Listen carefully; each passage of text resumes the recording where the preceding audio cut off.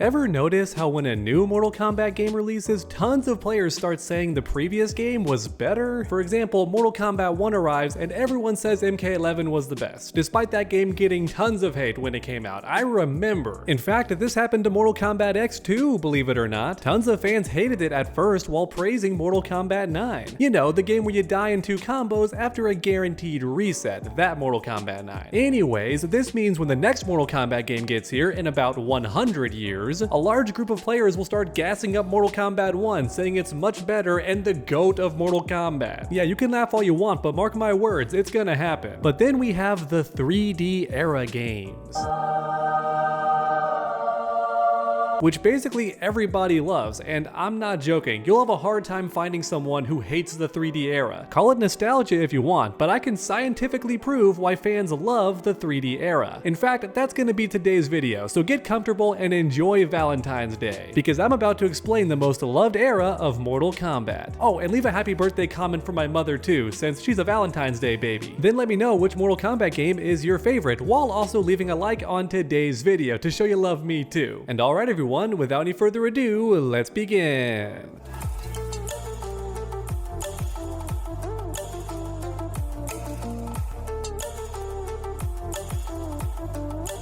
Why Mortal Kombat fans love the 3D era? I can think of 8 solid reasons, beginning with the weapons. Every character in the 3D era has their own unique weapon, which is just awesome, because Mortal Kombat's all about blood, and these weapons draw out buckets full of gore everywhere, which is always fun. Now that being said, Armageddon kind of ruined it because there were so many characters, which meant most fighters had swords, like generic swords or maybe a staff or a spear here and there, because yeah, so many characters. But before that, in Deadly Alliance and even Deception, every character had their own unique weapon, and a whole move list dedicated to that specific weapon, which was neat. In previous games, like Mortal Kombat 4, the weapon had barely any attacks. You could throw it, do maybe 1 or 2 attacks, and that was it. But Deadly Alliance gave you a full move set for your weapon. It was sick. And later games in the 3D era built on top of that, giving you even more moves, and you could switch between stances. So start off with barehanded, then switch to your weapon mid-combo. It was awesome. Even later games like Mortal Kombat 11 failed to emulate this, because yeah, you have a weapon, but not very many attacks with that weapon. It's very specific. Whereas the 3D era lets you use that weapon the entire match if you wanted to. But next up we have the movement. While 2D will always be the Mortal Kombat way, the 3D movement was a nice novelty enjoyed by many, myself included. I don't want Mortal Kombat to just go 3D forever, but come on, bring it back for the next game even. I think that could be really cool. And for the 3D era, it got pretty deep with exploits similar to Korean backdashing in Tekken, so if you wanted to really master the movement, there was layers to it. You weren't just sidestepping the opponent, you were block dash canceling backwards and forward, or block dash canceling in a circle to rotate faster. It was pretty neat. Now, did it look goofy? Yeah, absolutely, a little bit, but still, it was cool how the movement had layers. But next up, let's talk about the stages, because in the 3D era, they actually mattered. Some stages were bigger, while other stages were smaller. Then you had stage hazards that could kill the opponent instantly, or just do lots of damage to them and transition to a different stage. That was sick as well. Though keep in mind, stage transitions had been around since the arcade era of Mortal Kombat, which is crazy to think about, but it's true. I think Mortal Kombat may have been the first fighting game to feature full stage transitions. You could uppercut the opponent through the ceiling and get a whole new map on the same stage. That was awesome. So the 3D era took that idea and made it even better. Now you can knock the opponent through walls, not just the ceiling, or even through the floor, into spikes, into acid pits or lava, all that incredible stuff. More recent Mortal Kombat games like MKX and even MK11 tried to emulate this a little bit by having weapons and other environment interactables, but it's just not the same as the 3D era, who did it way better. With all the stage transitions and even the stage fatalities that could kill you mid-match, that was awesome. Yeah, even if the next Mortal Kombat game isn't 3D, I still want the stages to matter. Either change their sizes or add transitions, maybe some stage hazards, all that awesome stuff. It would be amazing. But don't forget about the mini games, because fans love them. Motor combat, puzzle combat, oh, it's so amazing. Everybody gets hype. Not just for nostalgia, but because these modes were actually fun. Test Your Might and Test Your Sight also returned, but with unique animations this time for each character. For example, Sonya Blade used her leg instead of chopping, and Bo Rai Cho used his face because he's a dork. Yeah, the 3D era just had more detail to it, right? So much more love put into characters specifically. Even Test Your Might fight had unique animations for characters. That was awesome. But I digress. The mini games are what I want to return the most in future Mortal Kombat games. Bring back motor combat, puzzle combat, all that awesome stuff. Chess combat too, that was fun as well. Because Mortal Kombat games are already famous for their single player content, right? You don't have to go online and fight people if you don't want to. There's plenty of other modes to spend your time enjoying. And NetherRealm knows that. Mortal Kombat 11 and MK1 also have single player content, but bring back the mini games, NetherRealm. Do it. What are you waiting for? But of course, I've gotta mention Conquest. While Shujinko is not the best main character at all, getting to explore the maps and talk to characters outside of fighting was really fun. I've always joked that Mortal Kombat should have a dating sim, not for the gameplay itself, but because players yearn to interact with these characters, not just fight them. In fact, that's why MKX's unique intros caught on and became so popular. Fans love seeing the characters interact with each other in different and unique ways.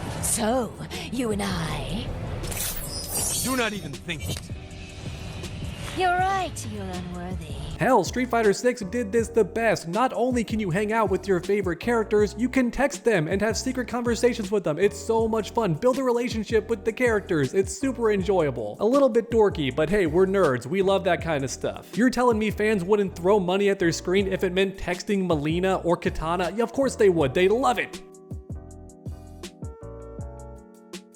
Real quick, an honorable mention, Duo Test Your Might and Test Your Sight. Why is this not returned? While researching this video today, I remembered how old Mortal Kombat games had dual Test Your Might. You could both do it at the same time, you and your friend on the couch or two people online, because it's the modern day. Why has NetherRealm not done this? Why have they not brought it back? Let me do Test Your Might or Test Your Sight with a buddy. It would be so much fun. But alright, back on track. The fourth Snake had this idea. Deception's classic stages brought over primarily for chess combat. It's a fun way to look at and see how a third dimension was added to the classic local stages. Yeah, that's oddly specific, which is what I've come to expect from the fourth Snake, but he makes a good point. The chess combat stages gave us new outlooks on familiar classics, right? Me personally, I didn't play too much chess combat, but it was fun and an interesting way of combining both genres. You have chess and combat coming together to make a completely unique game, which is cool. So now finally, to end today's video, Sonica XD's mention. Create a Fighter was incredible in Mortal Kombat Armageddon, and I agree. Easily one of the coolest features ever added to a Mortal Kombat game, and shocking that it's never returned. I'm flabbergasted. I'm dumbfounded that NetherRealm never brought this back. Especially in Mortal Kombat 1, the game that's all about microtransactions and nickel and diming the player. Create a Fighter would have actually got a lot of money from people, which isn't exactly a good thing, but I'm just saying, if your goal was to make money and just gouge the fans, then why was Create a Fighter not in Mortal Kombat 1? That would have been an easy guaranteed money maker. However, obviously I want Create a Fighter to be free. I don't want any DLC for it either. Just add all the assets to the game right away for that particular mode. Because yeah, Create a Fighter was amazing and added tons of replay value after completing the game in every other way. You finish Conquest mode, you beat the arcade mode with every character, well, now it's time to create a fighter and do it all over again with your custom character who looks amazing. Plus, for anyone watching who might not be aware, maybe you never played Armageddon, it's not just the character's appearance, you customize their entire moveset as well. That's right, so if you want to puke on the opponent, then throw Katana's fans and end it with Reptile's acid spit, you can do all of that. It was amazing with the same character, man, so much fun. Making new characters kept me coming back to Mortal Kombat Armageddon. That was the main reason I kept playing the game even months later after release. But alright everyone, there you have it. Why the 3D era is so beloved by Mortal Kombat fans, even decades later. Like stated earlier at the very start of today's video, I scientifically proved why fans love this genre of Mortal Kombat so much. It truly was one of the most enjoyable eras in fighting games. And keep in mind, other fighting games were dead at this point pretty much. Like Street Fighter and Tekken, all the big fighting games had just stopped making sequels around this time. So in a way, you could argue that Mortal Kombat's 3D era kept the fighting game genre alive. In fact, some people do believe that's the case and argue that point to this day. Now, I would never say Mortal Kombat did the whole thing by itself, but it did shoulder a lot of weight for the fighting game community because they were still making fighting games when nobody else was. So yeah, there's a fun fact to end today's video. Thanks for watching everyone, and I hope you enjoyed. If you did, leave a like down below. It helps the channel out a ton, and it's Valentine's Day. So don't be stingy, show me some love down below by leaving a like. Then finish that combo by subscribing and ringing that bell so you never miss any future videos. Make sure to come back next time, and as always, stay underdogs.